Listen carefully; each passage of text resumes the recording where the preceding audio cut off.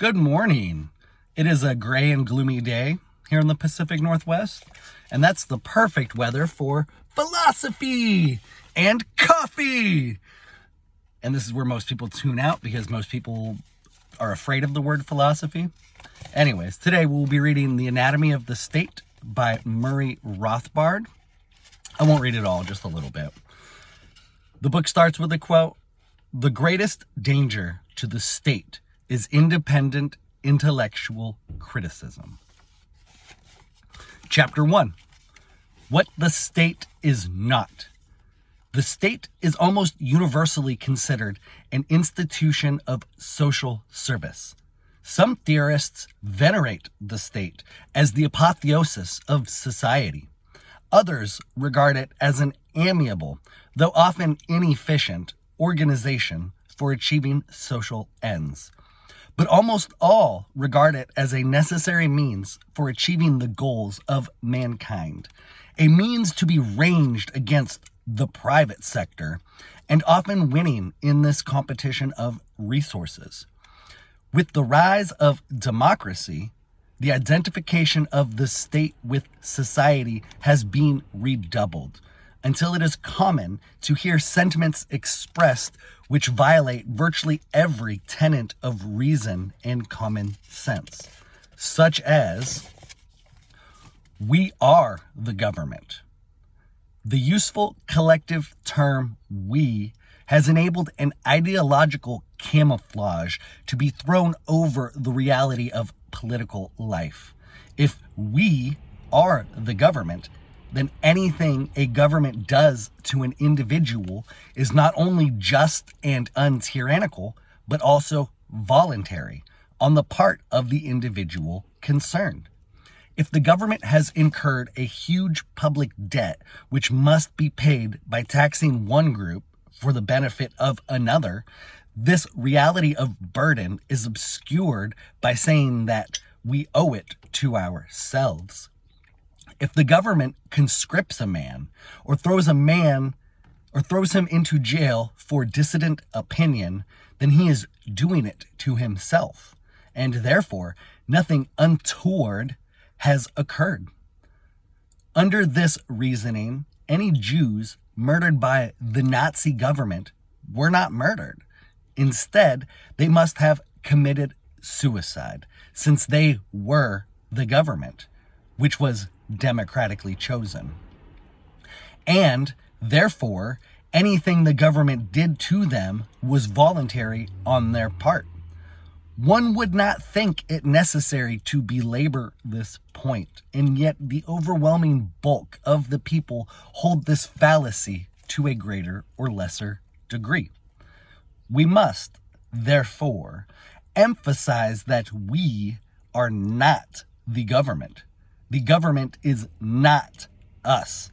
The government does not, in any accurate sense, represent the majority of the people. But even if it did, even if 70% of the people decided to murder the remaining 30%, this would still be murder and would not be voluntary suicide on the part of the slaughtered minority. No organicist metaphor, no irrelevant bromide that we are all part of one another must be permitted to obscure this basic fact. If, then, the state is not us, if it is not the human family getting together to decide mutual problems, if it is not a lodge meeting or a country club, what is it? Briefly, the state is that organization in society which attempts to maintain a monopoly on the use of force and violence in a given territorial area. In particular, it is the only organization in society that obtains its revenue not by voluntary contribution or payment for services rendered, but by coercion. While other individuals or institutions obtain their income by production of goods and services and by the peaceful and voluntary sale of these goods and services to others, the state obtains its revenue by the use of compulsion.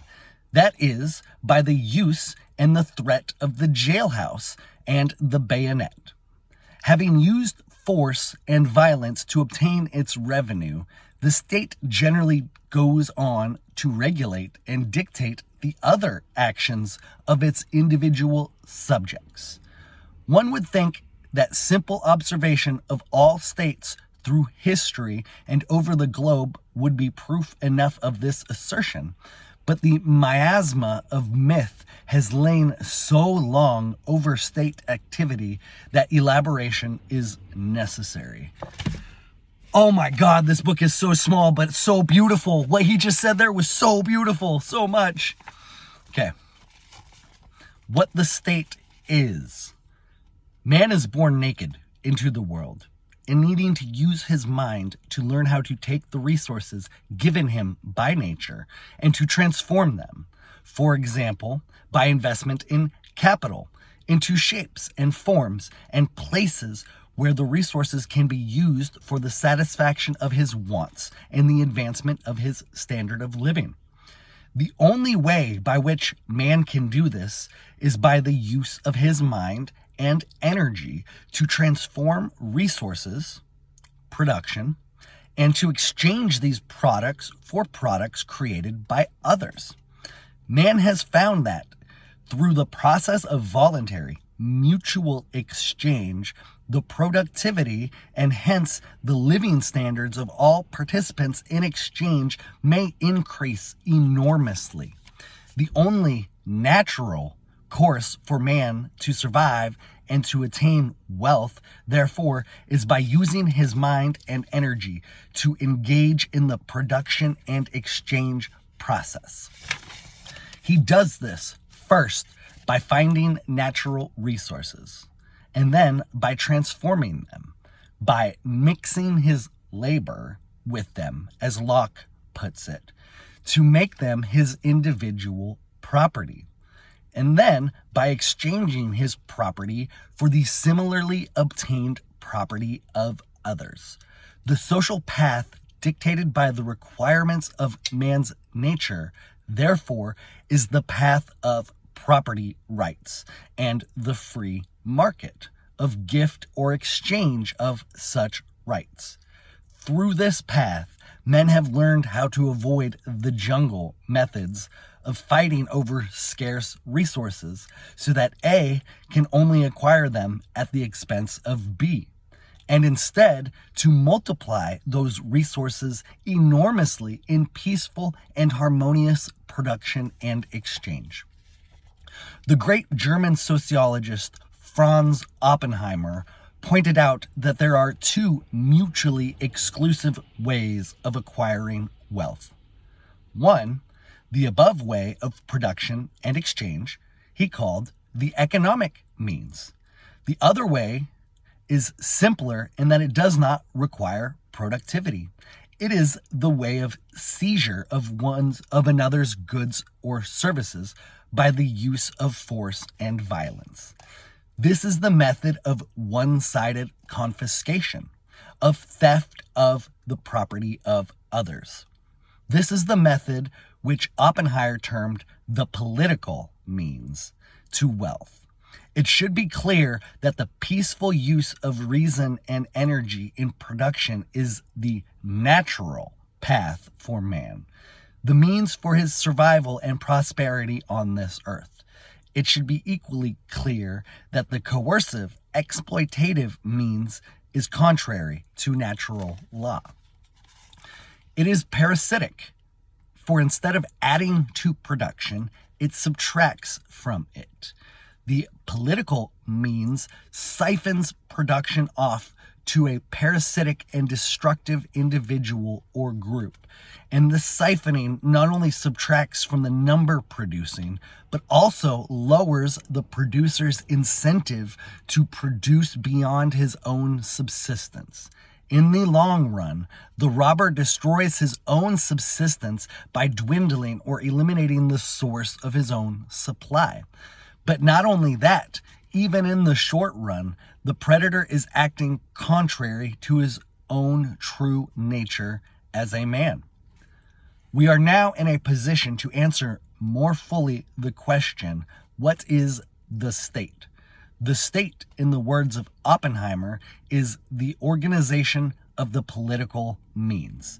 It is the systematization of the predatory process over a given territory. For crime, at best, is sporadic and uncertain.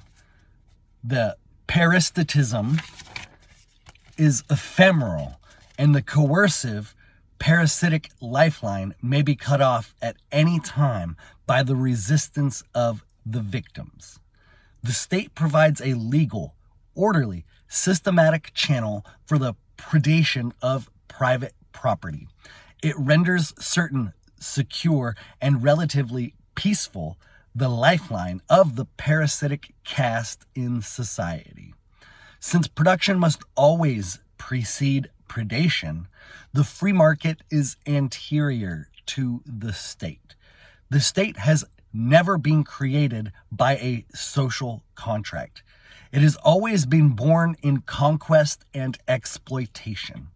The classic paradigm was a conquering tribe pausing in its time-honored method of looting and murdering a conquered tribe to realize that the time span of plunder would be longer and more secure and the situation more pleasant if the conquered tribe were allowed to live and produce, with the conquerors settling among them as rulers, extracting a steady annual tribute. One method of the birth of a state may be illustrated as follows. In the hills of southern Ruritania, a bandit group manages to obtain physical control over the territory. And finally, the bandit chieftain proclaims himself king of the sovereign and independent government of South Ruritania. And if he and his men have the force to maintain this rule for a while, lo and behold, a new state has joined the family of nations, and therefore, and the former bandit leaders have been transformed into the lawful nobility of the realm. You should look into that. Ruritania. Ruritania. Let's take a quick coffee break, next chapter, and then, oh no, actually I'm going to end it there. It's already 12 minutes long. How the state preserves itself. I like it. Chapter 3, how the state preserves itself. Once a state has been established, the problem of the ruling group or caste is how to maintain their rule. While force is their modus operandi, their basic and long-run problem is ideological. For in order to continue in office, any government, not simply a democratic government, must have the support of the majority of its subjects. This support, it must be noted, need not be active enthusiasm. It may well be passive resignation, as if to an inevitable law of nature. But support in the sense of acceptance of some sort it must be, else the minority of state rulers would eventually be outweighed by the active resistance of the majority of the public. Since predation must be supported out of the surplus of production, it is necessarily true that the class constituting the state, the full-time bureaucracy, and nobility must be a rather small minority in the land. And although it may, of course, purchase allies among important groups in the population. Elite capture. Just think of elite capture. Therefore, the chief task of the rulers is always to secure the active or resigned acceptance of the majority of citizens. Of course, one method of securing support is through the creation of vested economic interests. Therefore, the king alone cannot rule. He must have a sizable group of followers who enjoy the prerequisites of rule. For example, the members of the state apparatus, such as the full-time bureaucracy or the established nobility.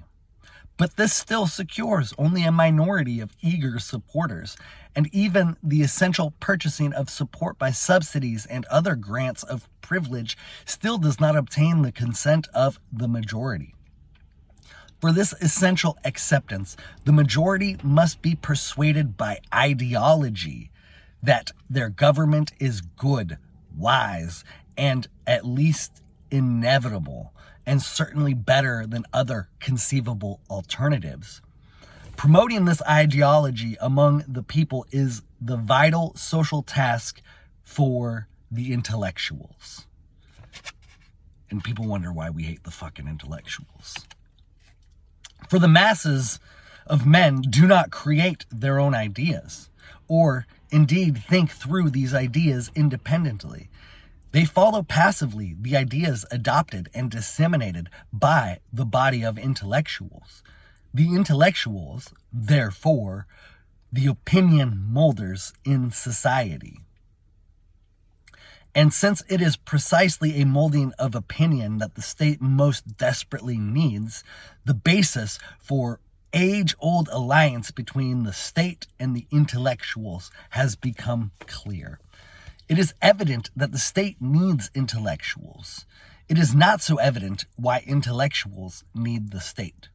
Put simply, we may state that the intellectual's livelihood in the free market is never too secure, for the intellectual must depend on the values and choices of the masses of his fellow men. And it is precisely characteristic of the masses that they are generally uninterested in intellectual matters. The state, on the other hand, is willing to offer the intellectuals a secure and permanent berth in the state apparatus, and thus a secure income and the panoply of prestige. For the intellectuals will be handsomely rewarded for the important function they perform for their state rulers, of which group they now become a part.